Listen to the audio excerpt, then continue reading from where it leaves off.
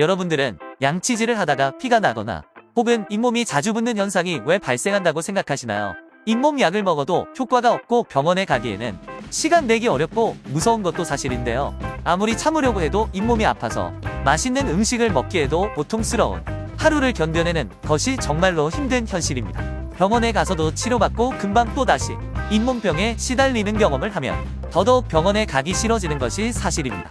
그러나 단 4가지 방법으로 잇몸병을 해결할 수 있습니다. 정말로 간단한 방법이기 때문에 매일 꾸준히 실천한다면 잇몸에서 피가 나거나 부는 현상을 막을 수 있습니다.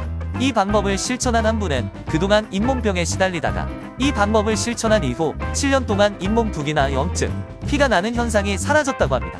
그 방법은 바로 연진법, 고지법, 잇몸 마사지, 소금 가글입니다. 연진법이 뭐예요? 연진법은 입속 혀로 잇몸을 자극해주고 자극시켜주면서 입속에 고여 있는 침을 삼켜주는 행동을 이해해요. 이러한 행동이 어떤 효과가 있나요? 우리 침 속에는 소화효소인 나밀라아제나 리파아제, 면역글로불린 같은 면역물질, 항노화 호르몬인 파로틴, 살균 작용을 하는 라이소자임 등이 모두 침에 들어있습니다. 즉, 침이 잘 분비되어야 소화 흡수가 원활해져서 위장의 부담을 줄여줄 수 있으며 세균이나 박테리아 등 유해 물질을 해독할 수 있습니다. 또한 인체의 면역력을 높이고 노화, 예방에도 도움을 주는데 잇몸병은 입속 세균이 번식해서 나타나는 증상으로 먼저 입속 세균을 억제해주는 게 중요해요. 그래서 입속 침을 이용해서 세균이나 박테리아 등의 유해 물질을 해독하는 것입니다. 그럼 또 다른 방법인 고지법은 무엇인가요? 고지법 또한 입속 침을 유발하는 방법으로 연진법과 다르게 이빨과 이빨을 이용해 침을 고이게 만드는 방법이에요. 자세히 설명드리면 입술을 가볍게 담은 후 윗니와 아랫니를 서로 부딪혀주는 방법입니다. 한 번 할 때 36회 정도 해주면 됩니다. 고치법을 하면 입안에 침이 고이며 치아가 튼튼해지고 머리도 맑아지는 효과가 있습니다. 그러나 고치법을 할 때 치아끼리 심하게 부딪힐 경우 치아가 상할 수 있으므로 강하게 부딪히지 않도록 주의해야 합니다. 그럼 침을 많이 삼키는 것이 치아 건강에 도움이 되는 건가요? 맞아요. 앞서서 말했듯이 침 속에는 다양한 치아 건강에 도움을 주는 성분이 들어있어 침을 삼켜주는 것이 좋습니다. 이 외에도 침 분비를 촉진하는 다양한 방법들이 있습니다. 껌 씹기도 도움이 될 수 있는데 껌을 씹을 경우 고치법처럼 치아가 부딪히면서 침이 활발하게 분비될 수 있습니다. 노래를 부르는 건 역시 침 분비를 돕습니다.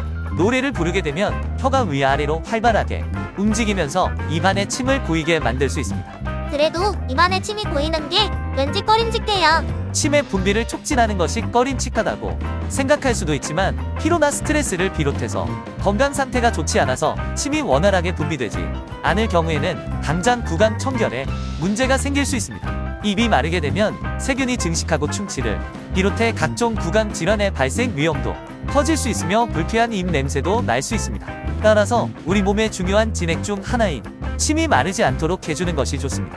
그럼 잇몸 마사지는 어떻게 하는 건가요? 잇몸 마사지를 해주면 잇몸과 치아에 벌어진 부분에 염증이 생기는 것을 막아주는 방법으로 먼저 양치질을 한 뒤에 손을 깨끗이 씻어 위생에 신경을 써줍니다.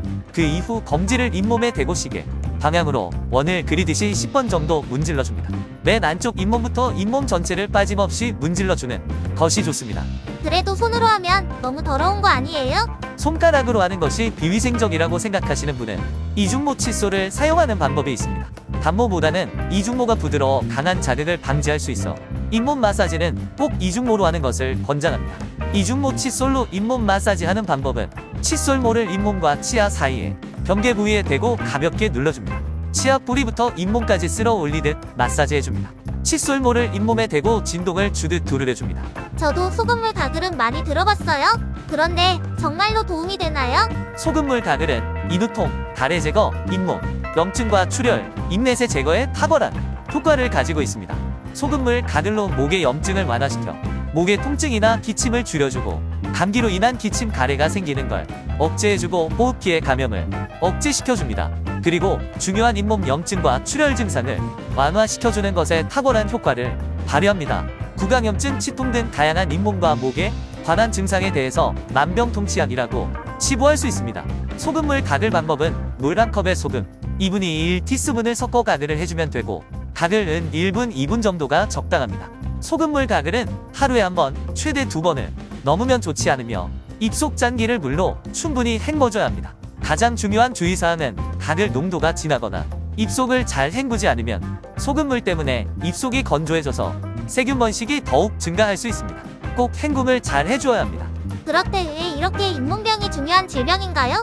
잇몸병이 중요한 이유는 바로 당뇨병, 심혈관 질환, 뇌졸중, 암, 폐렴, 만성 신장병 치매 위험률이 14% 증가한다는 연구 결과가 나왔습니다. 잇몸병이 있으면 당뇨병 발병률이 2배나 증가한다는 사실도 있습니다. 그 이유는 바로 입안의 염증이 쉽게 몸으로 퍼질 수 있기 때문입니다. 잇몸병을 가볍게 생각해서는 안 되는 것이죠.